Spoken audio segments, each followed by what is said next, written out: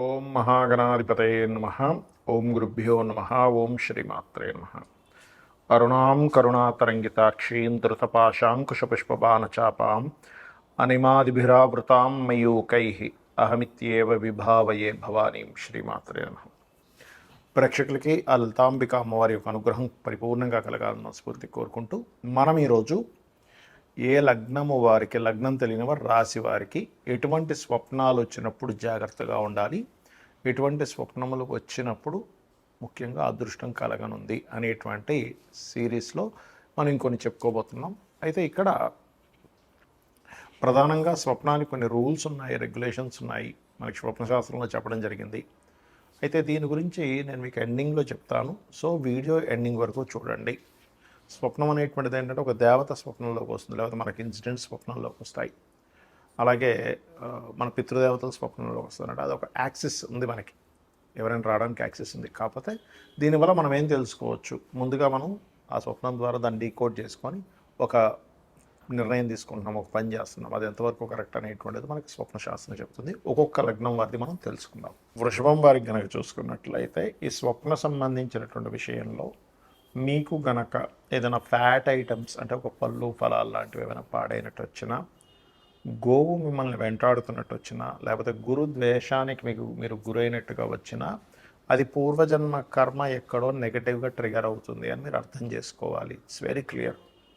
లేదా కొన్నిసార్లు ఏంటంటే కొన్ని మిషనరీస్కి పనికిరాని ఏదో మిషనరీస్ డబ్బులు కట్టేసామండి, మేము అనవసరంగా అయ్యో వేస్ట్ చేసామని వచ్చింది, అలాంటివి వచ్చినా కూడా మంచిది కాదు, గుర్తుపెట్టుకోండి.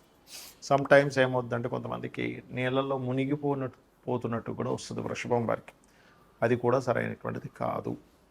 అంటే నీళ్ళలో మునుగుతున్నారంటే సంథింగ్ ప్రమాదం రాబోతుందని అర్థం చేసుకోవాలి. మరి ఎటువంటివి మంచివి? సూర్యుడి యొక్క కిరణాలు, అప్పుడే సూర్యుడు ఉదయిస్తున్నటువంటిది. అలాగే మరొకటి ఏంటంటే మీరు పచ్చటి ప్రదేశాలు, అంటే చాలా గ్రీనరీగా ఉండేటువంటి ప్రదేశాలు మీకు స్వప్నంలోకి వచ్చాయి, అది మీకు ధనప్రాప్తినిస్తుంది, గుర్తుపెట్టుకోండి. మరియు బాగా పెద్ద ముత్తైదువులాగా వస్తారు కొంతమంది, అటువంటివి ఏదైనా వచ్చినా కూడా మీకు మంచి స్వప్నమే అనేటువంటిది మీరు అర్థం చేసుకోండి, అంతకు మించి ఏం లేదు. అయితే మీకు మీ యొక్క జన్మజాతకంలో గురు రాశులు అంటారు, అంటే ధనస్సు మీనరాశుల్లో ఏవైనా గ్రహాలు ఉన్నా, లేదా తులారాశిలో ఏదైనా గ్రహం ఉన్నా, ఆ యొక్క మహాదశలు నడుస్తున్నప్పుడు తత్సంబంధించిన స్వప్నాలు కూడా వస్తుంటాయి. అలాంటప్పుడు అదేదైనా నెగటివ్ స్వప్నం అయినప్పుడు దానికి సంబంధించినటువంటి దానము ఇవ్వండి, గుర్తుపెట్టుకోండి. మీరు అంటే అది ఏ గ్రహమైందో దానికి సంబంధించి ఇస్తున్నట్లయితే సహజంగానే గురు సంబంధించిన శాపం ఉంటుంది సర్వసాధారణంగా ఈ యొక్క వృషభ లగ్నం వారికి, ఎందుకంటే అష్టమ లాభాధిపతి అయినందుకు. కాబట్టి మీరు అష్టమ లాభాధిపతి అయినందుకు మీకు గురువు ఆ యొక్క స్వప్న సంబంధించినటువంటి విషయంలో మీకు ఏదైనా ఇబ్బంది వచ్చినా కూడా గురువునే ఎక్కువగా ఆశ్రయిస్తూ మీరు విష్ణు సహస్రనామాలు చదివినట్లయితే కూడా మీకు దోషం అనేటువంటిది తొలగిపోతుంది. ముఖ్యంగా స్వప్న శాస్త్రానికి ఉండేటువంటి రూల్స్ అండ్ రెగ్యులేషన్స్, మనకి శాస్త్రాల్లో చెప్పినటువంటి అంశం ఏమిటి అనే విషయాలు తెలుసుకుందాం.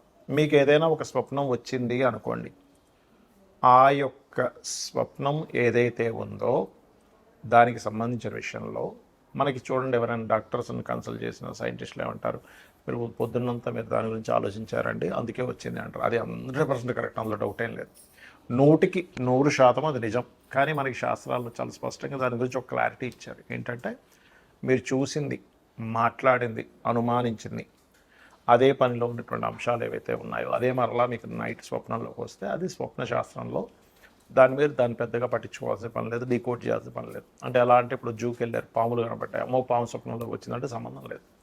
లేదా ఏదో మొత్తం ఫైర్ అయిపోయింది చూశారు, అదే స్వప్నంలోకి వచ్చింది, దానికి సంబంధం లేదు. అవి చూడకుండా, మాట్లాడకుండా, అనుమానించకుండా, ఆ పరిస్థితుల్లో మీరు ఎక్కువ తిరగకుండా వస్తే దాన్ని తీసుకోవాలి. ఇక రెండవది ఏంటంటే స్వప్నశాస్త్రం విషయంలో ఏ సమయానికి వస్తే ఎన్ని రోజుల్లో నెరవేరుతుందని కూడా చెప్పడం జరిగింది. ఏమిటది అంటే రాత్రి సమయంలో, గుర్తుపెట్టుకోండి, రాత్రి 9-10 గంటలప్పుడు మీరు నిద్రపోయారు, 12 లోపల మీకు వచ్చింది, అది 6 నెలల నుంచి సంవత్సరం లోపల మీకు అవ్వచ్చు ఆ స్వప్నం యొక్క రిజల్ట్ అనేది. అది గుడ్ అయితే గుడ్, బ్యాడ్ అయితే బ్యాడ్. అలా కాకుండా మీకు 12 నుంచి 3 గంటల ప్రాంతంలో వస్తాయి, 3 నుంచి 4 నెలలు, 5 నెలలు మొత్తం మీద వస్తుంది. అలాగే 3 నుంచి 5 గంటల వ్యవధిలో కనుక వస్తే 1 మంత్లో అయ్యే ఛాన్సెస్ ఉంటుంది. 5 నుంచి 6 గంటల సమయం తెల్లవారుజామున మీకు కనుక వస్తే అది 10 to 15 days 10 డేస్లో కూడా అవ్వచ్చు. నిద్ర లేస్తూ నాకు స్వప్నం వచ్చిందని వెంటనే నిద్ర లేచాను, పొద్దున్నేమో ఇప్పుడే అవుతుంది అని నిద్ర లేచాను అన్నప్పుడు మీకు అది 1 వీక్లో కూడా అయ్యే ఛాన్స్ ఉంటుంది. 2-3 రోజుల్లో కూడా దాని యొక్క ప్రభావం చూపిస్తుంది. అయితే ఎప్పుడు కూడా మీకు ఎటువంటి స్వప్నం వచ్చినా గుర్తుపెట్టుకోండి, అర్ధరాత్రి మెలకు వచ్చింది ఒక స్వప్నం వచ్చి, అది మంచి స్వప్నం అయితే ఇక నిద్రపోవద్దని చెప్తుంది శాస్త్రం. 2-3 గంటలప్పుడు వచ్చింది, చక్కగా స్నానాది కార్యక్రమాలు చేసుకొని దైవతారాధన చేసుకోవాలట. దుస్వప్నం వచ్చిందండి అన్నప్పుడు కాళ్ళు చేతులు కడుక్కొని చక్కగా మరలా మీరు మీ యొక్క ఇష్టదైవాన్ని తలుచుకుంటూ నిద్రపోయినట్లయితే ఒక మంచి స్వప్నం వచ్చి అది ఆ యొక్క స్వప్న సంబంధించిన దుష్ఫలితాలు పోతాయి. అలాగే చాలామంది తెలియక ఉదయం నిద్రలేచిన వెంటనే వాళ్ళ స్వప్నం గురించి వివరిస్తారు. అలా వివరించొద్దు అని చెప్తుంది శాస్త్రం. నిద్రలేచి చక్కగా మీ కాలకృత్యాలు తీర్చుకొని మీ యొక్క నిత్య దైనందిక కర్మలు ఏవైతే నిత్య ధ్యానము మన సంధ్యావందనము లేనట్లయితే నిత్య పంచోపచార పూజలు అటువంటివి కంప్లీట్ చేసుకొని చక్కగా ఆలయానికి వెళ్ళొచ్చి మధ్యాహ్నం భోజనం తర్వాత చెప్పాలి అని చెప్తుంది శాస్త్రం. అలాగే మీకు ఎటువంటి స్వప్నం వచ్చినా దాని నుంచి మీకు మంచి ఫలితమే రావాలి అంటే మీరు చేయవలసినటువంటిది ప్రధానంగా గజేంద్ర మోక్ష ఘట్టము చదవడం కానీ, త్రిజట స్వప్న వృత్తాంతం వినడం కానీ, చదవడం కానీ వినడం కానీ చేయొచ్చు. అలాగే ఒక నామస్మరణ రాముడిది కానీ కృష్ణుడిది నామస్మరణ చేయడం కానీ, లేకపోతే రామాయణ మహాభారతాలు లాంటివి వినడం కానీ చేసినట్లయితే 100% ఈ యొక్క దుస్వప్న సంబంధించినటువంటి ఫలితం తొలగిపోతుంది, గుర్తుపెట్టుకోండి.